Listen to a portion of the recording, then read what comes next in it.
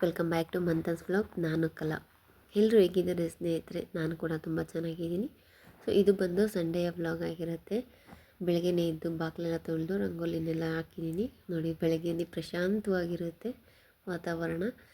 So ಇನ್ನೇನು ಮಲ್ಲಿಗೆ ಹೂವು ಬಿಡೋ ಅಂಥ ಸೀಸನ್ ಸ್ಟಾರ್ಟ್ ಆಗಿದೆ. ಆವಾಗ ಅಲ್ಲಿ ಇಲ್ಲಿ ಒಂದೊಂದು ಕಾಣ್ತಾ ಇರುತ್ತೆ. ನಾನು ಮಗ್ಗಿದ್ದಾಗ ಕೀಳಕ್ಕೆ ಹೋದರೆ ಎಲ್ಲ ಒಂದು ಮಿಸ್ ಮಾಡೇ ಮಾಡ್ತೀನಿ.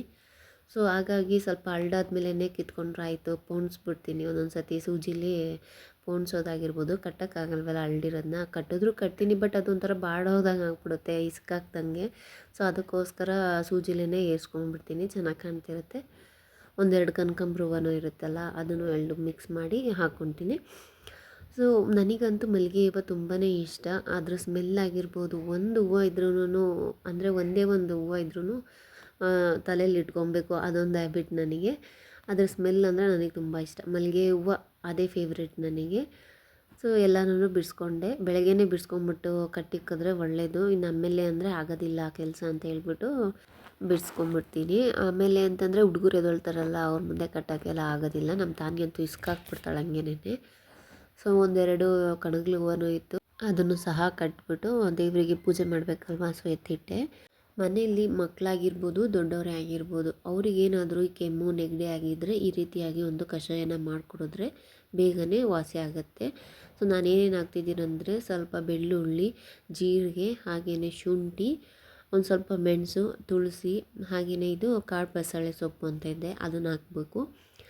ಅದಿಲ್ಲ ಅಂದ್ರೂ ನಡೆಯುತ್ತೆ, ಏನಾಗೋದಿಲ್ಲ. ಸೊ ಇಷ್ಟನ್ನು ಚೆನ್ನಾಗಿ ಬಿಸಿನೀರಲ್ಲಿ ಹಾಕ್ಕೊಂಡು ಕುದಿಸ್ಬಿಟ್ಟು ಮಕ್ಕಳಿಗೆ ಕುಡಿಸೋದ್ರಿಂದ ನೆಗಡಿ ಕೆಮ್ಮು ಕಮ್ಮಿ ಆಗುತ್ತೆ.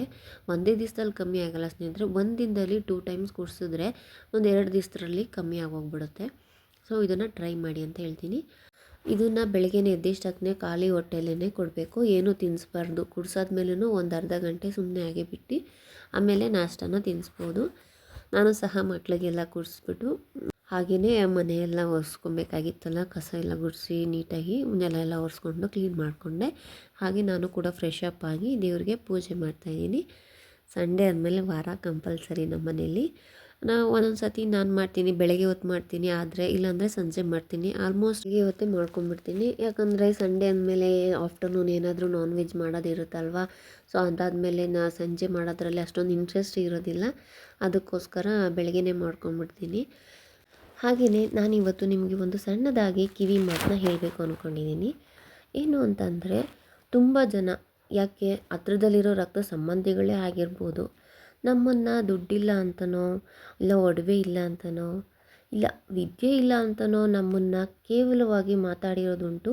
ಆದರೆ ಇಲ್ಲ ಅಂತ ಒಂದೇ ಸಲ ಅವ್ರು ಹೇಳಿರೋದೇ ನಿಜ ಅಂತ ಹೇಳಿ ನಿಮ್ಮನ್ನು ನೀವು ಒಂದು ಗಿಲ್ಟ್ ಆಗಿರ್ಬೋದು, ಇಲ್ಲ ಡಿಪ್ರೆಷನ್ಗೆ ಹೋಗಬೇಡಿ. ಯಾಕಂದರೆ ನನಗೂ ಎಷ್ಟೋ ಸಲ ಈ ರೀತಿ ಆಗಿರೋದುಂಟು, ಇಗ್ನೋರ್ ಮಾಡಿರೋದುಂಟು. ಅದು ರೀತಿಯಾದಂಥ ಒಂದು ಇಗ್ನೋರೆನ್ಸ್ ಇರುತ್ತಲ್ಲ, ಅದು ತುಂಬ ಡಿಫಿಕಲ್ಟ್. So ignore ಮಾಡಿರೋದುಂಟು. ನಾನು ಎಷ್ಟೋ ಸಲ ಹತ್ತಿದ್ದೀನಿ, ನನ್ನಲ್ಲಿ ಏನು ತಪ್ಪಿದೆ ಅನ್ನೋದ್ರ ಬಗ್ಗೆಯೂ ಸಹ ನಾನು ಯೋಚನೆ ಮಾಡಿದ್ದೀನಿ. ಸೊ ಅದು ನಾನು ಯಾವ ರೀತಿಯಾಗಿ ಓವರ್ಕಮ್ ಮಾಡಬೇಕು ಅನ್ನೋದ್ರ ಬಗ್ಗೆ ನಾವು ಯೋಚನೆ ಮಾಡಬೇಕು ಅಲ್ವಾ. ನಾವು ಅಳೋದಾಗಿರ್ಬೋದು, ನಾವು ನೊಂದ್ಕೊಂಡ್ರೆ ಆ ನಮ್ಮ ನೋವು ಅವರಿಗೆ ಗೊತ್ತಾಗೋದಿಲ್ಲ, ಕರೆಕ್ಟ್ ಅಲ್ವಾ. ಅದಕ್ಕೆ ನಾವು ಹೇಗೆ ಅವರಿಂದ ಒಂದು ಹೆಜ್ಜೆ ಮುಂದೆ ಹೋಗಬೇಕು ಅನ್ನೋದನ್ನು ಯೋಚನೆ ಮಾಡಬೇಕು. ಇಲ್ಲಿ ನಾವು ಮುಂದೆ ಅವ್ರ ಹಿಂದೆ, ಇಲ್ಲ ಅವ್ರ ಮುಂದೆ ನಾವು ಹಿಂದೆ ಅನ್ನೋದ್ರ ಬಗ್ಗೆ ಅಲ್ಲ, ಕಾಂಪಿಟೇಷನ್ ಮಾಡೋದ್ರ ಬಗ್ಗೆ ನಾನು ಹೇಳ್ತಾ ಇಲ್ಲ. ಬಟ್ ನಮ್ಮ ಜೀವನದಲ್ಲಿ ಯಾಕೆ ನಾವಿನ್ನು ಹಿಂದುಳಿದಿದ್ದೀವಿ ಅನ್ನೋದ್ರ ಬಗ್ಗೆ ಯೋಚನೆ ಮಾಡಿ ಅದ್ರ ಬಗ್ಗೆ ಸ್ವಲ್ಪ ಏನಾದರೂ ಪ್ರಯತ್ನ ಪಡಬೇಕು. ನಾವು ಮುಂದೆ ಜೀವನದಲ್ಲಿ ಒಂದು ಆಸೆ ಅನ್ನೋದಿರುತ್ತೆ ಅಲ್ವ ಮನುಷ್ಯನಿಗೆ, ಯಾವ ರೀತಿಯಾಗಿರಬೇಕು ಅನ್ನೋದು. ಆಸೆ ಪಡೋದು ಯಾಕೆ ಹೇಳಿ, ಅದನ್ನು ಈಡೇರಿಸ್ಕೊಬೇಕು ಅನ್ನೋದು. ಸೊ ಒಂದು ಗೋಲ್ ಅಂತ ಇಟ್ಕೊಂಡು ಅದ್ರ ಜೊತೆಗೆ ನೀವು ಒಂದು ಹೋರಾಟ ಮಾಡಿ ಮುಂದೆ ಬರಬೇಕಾಗತ್ತೆ. ಬಟ್ ಅವರನ್ನು ನೆನಪಲ್ಲಿ ಇಟ್ಕೊಳ್ಳಿ, ಅವರಿಂದ ನಾವು ಕಲ್ತಿರೋದು ಏನು ಅನ್ನೋದನ್ನು ಮರಿಬಾರ್ದು. ಅವರು ಯಾವ ರೀತಿಯಾಗಿ ನಮಗೆ ಒಂದು ಪಾಠನ ಕಲಿಸ್ತಾರೆ, ಅದು ಒಂದು ಪಾಠ ಅಂತಲೇ ನಾವು ಅಂದ್ಕೊಬೇಕು ಸ್ನೇಹಿತರೆ.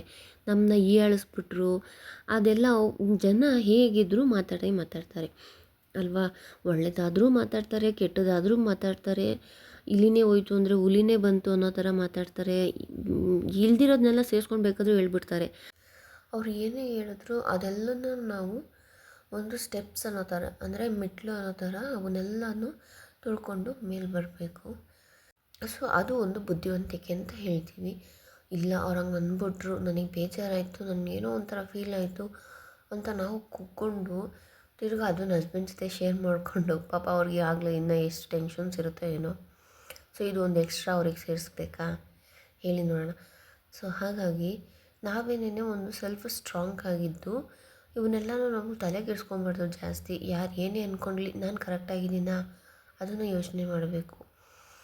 ಹಾಗೆಯೇ ಲೈಫಲ್ಲಿ ಬರೀ ಮನೆ ಕೆಲಸನೇ ಮಕ್ಕಳು ನೋಡ್ಕೊಂಡು ಬರೀ ಇಷ್ಟೇನೇನಾ, ಏನಾದರೂ ನಮ್ಮ ಕೈಲಿ ಏನು ಮಾಡೋಕ್ಕಾಗುತ್ತೆ ಅನ್ನೋದನ್ನು ಸಹ ಯೋಚನೆ ಮಾಡಬೇಕು ಅಲ್ವಾ.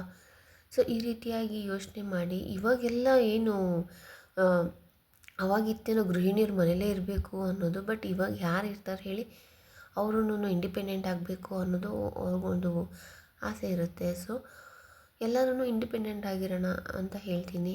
ಏನಾದ್ರೂ ನಮ್ಮ ಕೈಲಿ ಏನಾಗುತ್ತೆ ಯೋಚನೆ ಮಾಡಬೇಕು. ನಮಗೆ ಇದೇ ಜಾಬ್ ಬೇಕು ಅದೇ ಜಾಬ್ ಬೇಕು ಅಂತ ಇದ್ದರೆ ಯಾವುದೂ ಸಿಗೋಲ್ಲ. ಸೊ ನನಗೆ ಒಂದು ಎಕ್ಸ್ಪೀರಿಯನ್ಸ್ ಆಗಬೇಕು. ನಾವು ಮನೇಲಿದ್ದರೆ ಏನು ಸಿಗುತ್ತೆ, ಓದಿರೋದನ್ನು ಖಂಡಿತ ಎಲ್ಲ ಮರ್ತೋಗ್ಬಿಡ್ತೀವಿ ನಿಜ. ಸೊ ಹಾಗಾಗಿ ಏನಾದರೂ ಮಾಡ್ತಾ ಇರೋಣ. ಸೊ ಇಲ್ಲ ಸದ್ಯಕ್ಕೆ ನಾನು ಕೆಲ್ಸಕ್ಕೆ ಹೋಗೋಕ್ಕಾಗಲ್ಲ, ಮನೇಲೇ ಇರಬೇಕಪ್ಪ ಅದೇನೇ ಒಂದು ಮುಖ್ಯ ಅನ್ನೋದಾಗಿದ್ದರೆ ಸರಿ, ಅದನ್ನೇ ಮಾಡಬೇಕು ಅಂದ್ರೂ ಏನಾದರೂ ಒಂದು ಬುಕ್ಸ್ ಓದ್ಕೊಳ್ಳಿ, ನಿಮ್ಮನ್ನು ನೀವು ಒಂದು ಸ್ವಲ್ಪ ಎಂಗೇಜ್ ಆಗಿ ಇಟ್ಕೊಳ್ಳಿ ಅಂತ ಹೇಳ್ತೀನಿ. ಇನ್ನು ಅಕ್ಕ ತಂಗಿ ಇಬ್ಬರು ಸೇರಿಕೊಂಡು ಆಟ ಆಡ್ತಾವ್ರೆ. ನೋಡೋದಕ್ಕೆ ಒಂಥರ ಖುಷಿಯಾಗಿರುತ್ತೆ. ಮಕ್ಕಳು ಆಟ ಆಡೋದಾಗಿರ್ಬೋದು, ಒಂದು ನಿಮಿಷ ಆಟ ಆಡ್ತಾರ ಜೊತೆಗೆ ಇನ್ನೊಂದು ನಿಮಿಷಕ್ಕೆ ಜಗಳ ಆಡ್ತಾರೆ. ಅದೇ ಆಗೋಗ್ಬಿಟ್ಟಿರುತ್ತೆ. ನೋಡಮ್ಮ ತಾನು ಹೆಂಗೆ ಮಾಡಿದ್ಲು ಅಂತ ಮಾನ್ಯ ಹೇಳೋದಾಗಿರ್ಬೋದು, ತಾನೇ ಹೇಳೋದಾಗಿರ್ಬೋದು. ಸೊ ಒಂಥರ ಖುಷಿ ಮಕ್ಕಳ ಮನೇಲಿರೋದು. ಇನ್ನು ಮಾನ್ಯ ಏನಾದರೂ ಸ್ಕೂಲಿಗೆ ಹೋಗ್ಬಿಡ್ತಾಳೆ ಅಂದ್ಕೊಳ್ಳಿ, ಪಾಪ ತಾನ್ಯ ಬೆಳಗ್ಗೆಯಿಂದ ಸಂಜೆ ತನಕ ಮನೆ ಒಳಗಡೆನೇ ಲಾಕ್ ಆಗಿಬಿಟ್ಟಿರ್ತಾಳೆ. ನಾವೆಲ್ಲೂ ಆಚೆ ಕಳಿಸಲ್ಲ. ಅಕಸ್ಮಾತ್ ಅವಳು ಬಂದಾಗ ಮಾತ್ರ ಒಂದು 5 ನಿಮಿಷ ಆಚೆಗಡೆ ಇಬ್ಬರು ಸೇರ್ಕೊಂಡು ಆಟಾಡಲಿ ಅಂತ ಬಿಡ್ತೀವಿ. ಅದು ಬಿಟ್ಟರೆ ಒಬ್ಬೊಬ್ಬಳನ್ನೇ ಎಲ್ಲೂ ಕಳಿಸೋದು ಇಲ್ಲ. ಅಂದರೆ ಮಾನ್ಯ ಇದ್ದರೆ ಸ್ವಲ್ಪ ನೋಡ್ಕೊತಾಳಲ್ವ, ಹಂಗೇನೆ ಅವಳ ಜೊತೆ ನೋಡ್ಕೊಂಡು ಆಟ ಆಡೋದಾಗಿರ್ಬೋದು, ಆ ರೀತಿ ಮಾಡ್ತಾಳೆ. ಇವಳು ತಾನ್ಯ ಅಂತೂ ಪಾಪ ಬೇಜಾರಾಗ್ಬಿಟ್ಟಿರುತ್ತೆ ಮನೇಲಿದ್ದು ಇದ್ದು, ಯಾವಾಗ ನಮ್ಮಮ್ಮ ಡೋರ್ ಓಪನ್ ಮಾಡ್ತಾರೋ, ಯಾವಾಗ ನಾನು ಆಚೆ ಹೋಗ್ತೀನಪ್ಪ ಅನ್ನೋ ಥರ ಆಗ್ಬಿಟ್ಟಿರುತ್ತೆ ಅವಳಿಗೆ. ಇವಾಗಂತೂ ಬಿಸಿಲು ಬೇರೆ ಇದೆ, ಎಲ್ಲೂ ಆಚೆ ಬಿಡೋಕ್ಕಾಗಲ್ಲ. 5 ಗಂಟೆ 5:15ಗೆ ಸ್ವಲ್ಪ ತಂಪಾದಂಗೆ ಆಗುತ್ತೆ, ಆವಾಗ ಆಚೆ ಬಿಡ್ತೀವಿ. ಸೊ ಇನ್ನು ಇದು ಒಂದೆರಡು ಈರುಳ್ಳಿ ಗೆಡ್ಡೆ ಹಾಕಿದೆ, ಅಂದರೆ ಈರುಳ್ಳಿಲೇ ಹೂವು ಬಂದಿರುತ್ತಲ್ಲ ಅದನ್ನೇ ಹಾಕಿದೆ. ಏನಾದರೂ ಫ್ರೈಡ್ ರೈಸ್ ಮಾಡಿದಾಗ ಇಲ್ಲ ಎಗ್ ರೈಸ್ ಮಾಡಿದಾಗ ಹಾಕೋಕ್ಕೆ ಚೆನ್ನಾಗಿರುತ್ತೆ ಅಂತ ಹೇಳಿ. ಬಟ್ ನೋಡಬೇಕು ಅದು ಬರುತ್ತಾ ಇಲ್ವೋ ಅನ್ನೋದನ್ನು. ಸೊ ಇದು ಕನಕಾಂಬರ ಹೂವು ಇನ್ನೂ ಬಿಡಿಸಿರಲಿಲ್ಲ. ಬೆಳಗ್ಗೆ ಹೆಂಗೋ ಇದ್ದಿದ್ದು ಹೂದಲ್ಲೇ ಹಂಗೆ ಅಡ್ಜಸ್ಟ್ ಮಾಡಿ ಪೂಜೆ ಮಾಡಿಬಿಟ್ಟೆ. ಈ ಕನಕಾಂಬರ ಹೂವು ಅಂದರೆ ಬಿಸಿಲಲ್ಲೇ ಕಿತ್ತರೆ ಬೇಗ ಚೆನ್ನಾಗಿ ಬರುತ್ತೆ. ಹಾಗಾಗಿ ಸ್ವಲ್ಪ ಈಗ ಬಿಸಿಲು ಬಂದಾದಮೇಲೆ ಮಧ್ಯಾಹ್ನ ಇಲ್ಲ ಸಾಯಂಕಾಲ ಕಿತ್ತರೂ ಚೆನ್ನಾಗಿ ಬರುತ್ತೆ ಅಂತ ಹೇಳಿ ಇವಾಗ ಕೀಳ್ತಾ ಇದ್ದೀನಿ.